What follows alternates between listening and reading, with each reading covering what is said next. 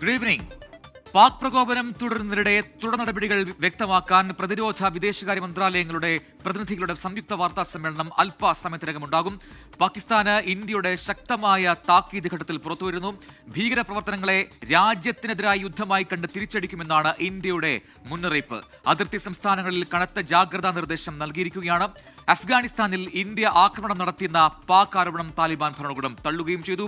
വിവരങ്ങളുമായി ഡെസ്കിൽ നിന്നും ബി ദിലീപ് കുമാർ, ഒപ്പം ബൽറാം നെടുങ്ങാടി ശ്രീനഗറിൽ നിന്നും, ആർ അച്യുതൻ ഡൽഹിയിൽ നിന്നും, വിനീത വി ജി ഫിറോസ്പൂരിൽ നിന്നും ചേരുന്നു. ആദ്യം വിനീത വി ജിയിലേക്ക്. വിനീത, അതിർത്തിയിൽ അതീവ ജാഗ്രതാ നിർദ്ദേശം നൽകിയിരിക്കുകയാണ്. പ്രത്യേകിച്ചും രാജസ്ഥാൻ, പഞ്ചാബ്, ജമ്മു കശ്മീർ എന്നിങ്ങനെ പാകിസ്ഥാനുമായി അതിർത്തി പങ്കിടുന്ന സംസ്ഥാനങ്ങളിലെല്ലാം അതീവ ജാഗ്രതാ നിർദ്ദേശമുണ്ട്. അതും ഈ നിയന്ത്രണ രേഖയോട് ചേർന്നിരിക്കുന്ന അല്ലെങ്കിൽ അന്താരാഷ്ട്ര അതിർത്തിയോട് ചേർന്ന് നടക്കുന്ന ഇടങ്ങളിലെ ഗ്രാമങ്ങളിലൊക്കെ തന്നെ അതീവ ജാഗ്രത വേണം എന്ന നിർദ്ദേശമാണ് നൽകിയിരിക്കുന്നത്. ഈ പകൽ സമയത്ത് കഴിഞ്ഞ ദിവസങ്ങളിലൊന്നും ഈ പാക് പ്രകോപനം അങ്ങനെയൊന്നും കണ്ടില്ല. എന്താണ് ഇന്നത്തെ സ്ഥിതി, നിലവിലെ സാഹചര്യം അവിടെ എന്താണ് ഫിറോസ്പൂരിൽ?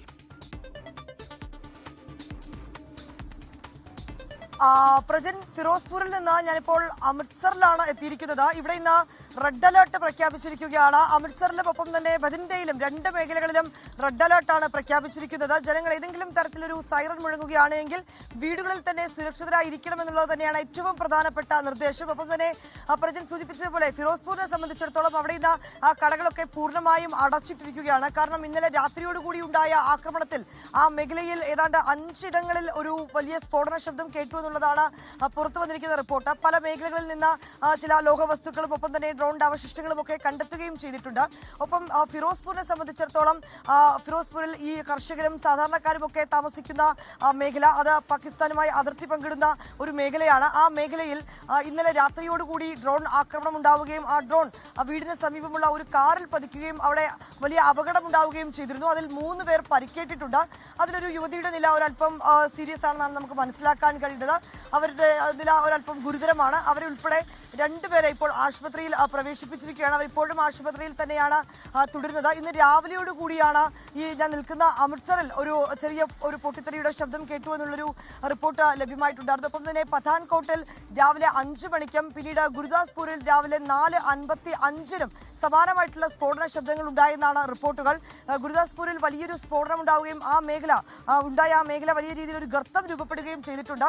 അവിടെ ഈ പോലീസും സുരക്ഷാ സേനയും ഒക്കെ വന്ന് പരിശോധന നടത്തി മടങ്ങിയിരിക്കുകയാണ്. അവിടുത്തെ ജനങ്ങൾക്ക് നിർദ്ദേശം നൽകിയിരിക്കുന്നത് നിങ്ങൾ വീടുകളിൽ തന്നെ തുടരുക, ഏതെങ്കിലും ഒരു അടിയന്തര ഘട്ടം ഉണ്ടാവുകയാണെങ്കിൽ പുറത്തേക്ക് ഇറങ്ങരുത് എന്നുള്ളത് തന്നെയാണ് ഏറ്റവും പ്രധാനപ്പെട്ട നിർദ്ദേശം നൽകിയിരിക്കുന്നത്. ഇത് കൂടാതെ തന്നെ ജലന്ധറിൽ ഇത്തരത്തിലേക്ക് ചില ലോഹവസ്തുക്കൾ ആ പാടങ്ങളിൽ നിന്നും കണ്ടെത്തിയിട്ടുണ്ട്. അവിടെയും ജാഗ്രതാ നിർദ്ദേശമുണ്ട്.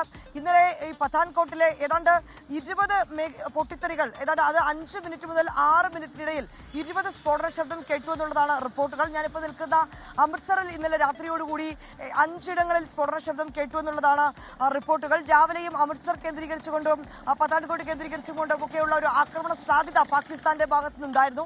ഈ അതിർത്തികളിൽ താമസിക്കുന്ന ജനങ്ങളെ സംബന്ധിച്ചിടത്തോളം അവർക്ക് ആശങ്കയുണ്ട്. പക്ഷേ ഇപ്പോൾ ഞാൻ നിൽക്കുന്ന മേഖലയിൽ നമുക്ക് കാണാൻ കഴിയുന്ന പോലെ തന്നെ ജനജീവിതമൊക്കെ പൂർണ്ണമായും ഒരു സാധാരണ നിലയിൽ തന്നെയാണ്. പകൽ സമയങ്ങളിലൊക്കെ അവർ അവരുടേതായിട്ടുള്ള ജോലികളിലും അവരുടേതായിട്ടുള്ള മറ്റ് കൃത്യങ്ങളിലൊക്കെ തന്നെ അവരിങ്ങനെ വ്യാപൃതരായിരിക്കുന്നു. പക്ഷേ അതേസമയം ഏറ്റവും പ്രധാനമായി പറയേണ്ടത് രാത്രിയാകുമ്പോഴാണ് ഈ ആക്രമണം ഉണ്ടാകുന്നത്. അതുകൊണ്ട് തന്നെ ആ മേഖലകളിലുള്ളവർക്ക് രാത്രികാലങ്ങളിൽ വലിയ ആശങ്കയുണ്ട്. സ്ഥിതിഗതികളെല്ലാം വളരെ കൃത്യമായി തന്നെ നിരീക്ഷിക്കുന്നുണ്ട്.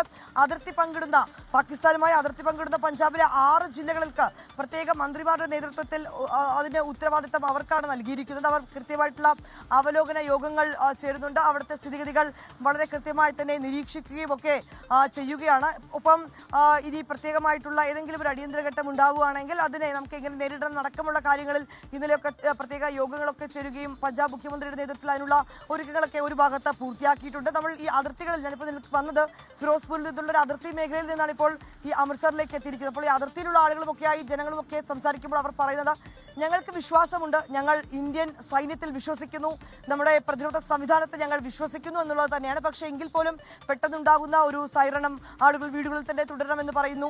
അങ്ങനെയൊക്കെ ഒരു രീതിയിലേക്ക് മുന്നോട്ട് പോകുമ്പോൾ ചില ഭാഗങ്ങളിൽ പൊട്ടിത്തെറി ശബ്ദങ്ങൾ കേൾക്കുന്നു. ഇതൊക്കെ ഞങ്ങളെ ചെറിയ രീതിയിലാണെങ്കിൽ പോലും ഒരു ആശങ്ക ഉള്ളിലുണ്ട്. പക്ഷേ ഞങ്ങൾ ഇന്ത്യൻ സൈന്യത്തിൽ വിശ്വസിക്കുന്നു, അവർ ശക്തമായി തന്നെ തിരിച്ചടിക്കുമെന്ന് ഞങ്ങൾ വിശ്വസിക്കുകയാണെന്ന് തന്നെയാണ് ആ ജനങ്ങൾ പറയുന്നത്. ഇപ്പോൾ നിൽക്കുന്ന അമൃത്സറിലേക്ക് അടക്കം ഈ സമയമൊക്കെ സാധാരണ രീതിയിൽ തന്നെയാണ് ജനജീവിതം പോകുന്നത്. ഇന്നലെയും നമ്മൾ സമാന രീതി തന്നെയാണ് കണ്ടത്. കാരണം ഈ പകൽ സമയത്തൊക്കെ സാധാരണ രീതിയിൽ പോവുകയും ഏതാണ്ട് ഒരു 8 മണിയോടുകൂടി പിന്നീട് സമ്പൂർണ്ണമായിട്ടുള്ളൊരു ബ്ലാക്ക് ഔട്ടിലേക്ക് നഗരം മാറുകയും ചെയ്തിരുന്നു. ഇന്ന് കൂടുതൽ സുരക്ഷാ ക്രമീകരണങ്ങൾ മേഖലകളിൽ ഒരുക്കിയിട്ടുണ്ടെന്ന് തന്നെയാണ് മനസ്സിലാക്കുന്നത്. ഏതാണ്ട് റെഡ് അലർട്ട് കൂടി പ്രഖ്യാപിച്ചിരിക്കുന്ന പശ്ചാത്തലത്തിൽ അത്തരത്തിലേക്കുള്ള വലിയ ജാഗ്രതാ നിർദ്ദേശം പല മേഖലകളിലും നൽകിയിട്ടുമുണ്ട്. യെസ്, വിനീത വിജിയാണ് അമൃത്സറിൽ നിന്ന് വിശദാംശങ്ങൾ നൽകിക്കൊണ്ടിരിക്കുന്നത്. ആ രീതിയിൽ എല്ലാ രീതിയിലുള്ള മുന്നറിയിപ്പ് സംവിധാനങ്ങളും അവിടെ പ്രവർത്തിക്കുന്നുണ്ട്. കൃത്യമായ നിർദ്ദേശങ്ങൾ അവിടുത്തെ ജനങ്ങൾക്ക് നൽകുന്നുണ്ട് എന്നാണ് മനസ്സിലാക്കാൻ കഴിയുന്നത്. ഈ പാക് പ്രകോപനം അത് ഈ വൈകിട്ടാണ് സാധാരണഗതിയിൽ കഴിഞ്ഞ ദിവസങ്ങളൊക്കെ നമ്മൾ കണ്ടത്. വൈകിട്ട് ഏതാണ്ട് ഈ ഇരുട്ട് വീണു തുടങ്ങുന്ന സമയത്താണ് പാകിസ്ഥാന്റെ ഭാഗത്തു നിന്നും ഈ ഡ്രോണുകൾ ഒന്നിന് പിറകെ ഒന്നായി ഇന്ത്യൻ അതിർത്തി ഗ്രാമങ്ങളിലേക്ക് ലക്ഷ്യമാക്കി നീങ്ങുന്ന കാഴ്ച നമ്മൾ കണ്ടത്. അതുകൊണ്ട് തന്നെ ആ സമയമാകുമ്പോഴത്തേക്കും കൂടുതൽ ജാഗ്രതാ മുന്നറിയിപ്പുകൾ നൽകുന്നുണ്ട്, അവിടെ സുരക്ഷ ശക്തമാക്കുന്നുമുണ്ട്.